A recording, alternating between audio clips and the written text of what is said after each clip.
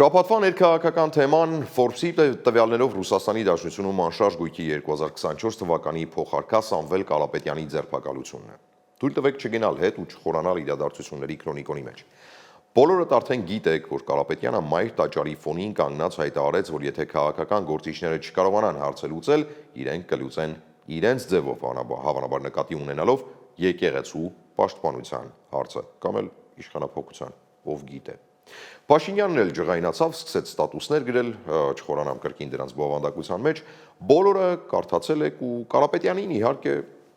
կարգադրեց ձերբակալել, հավանաբար այդպես։ Ձերբակալությունն էլ ի դեպ ըստ ամենայնի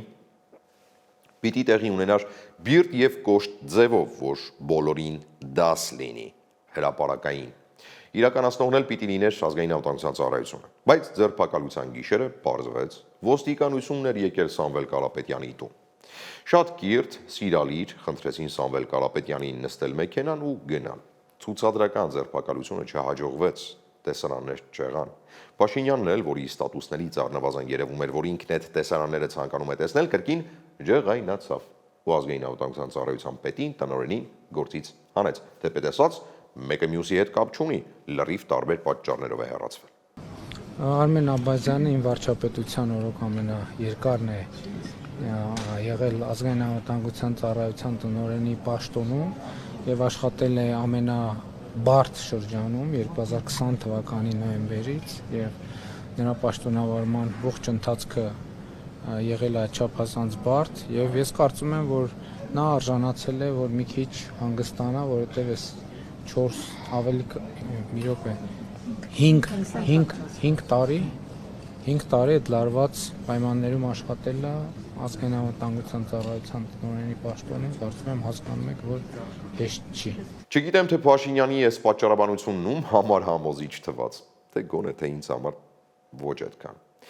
Աբազյանն իրապես Փաշինյանի ամենահավատարիմ ազգային անվտանգության ծառայության տնօրենն է եղել ու ամենաերկարակյացը Փաշինյանի օրոք ու առնվազն պետք է միամիտ լինել կարծելու, որ Փաշինյանը Աբազյանին գործից հանում է, որովհետև Աբազյանը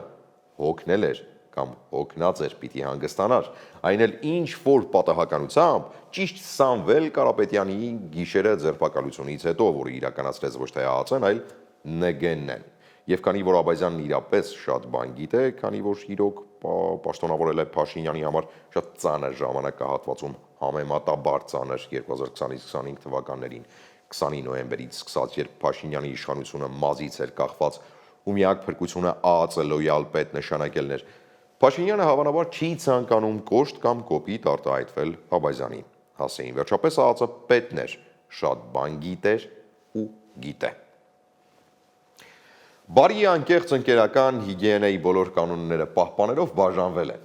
Իսկ ինչու Աբազյանը, որը տարիներ շարունակ պահել է Փաշինյանի թիկունքն ամենածանր պայմաններում, չիրականացրեց Փաշինյանի այս ցանկությունը բերման ենթարկել Սամվել Կարապետյանին այնպես, ինչպես անհրաժեշտ է։ Այստեղ էլ կարծում եմ պատասխանը շատ պարզ է, ազգային անվտանգության ծառայությունը եղել է ու մնում է Ռուսաստանի Դաշնության հետ ամուր փոխկապակցված իրավապահ եզակի կառույցը։ Բացի դա, Սամվել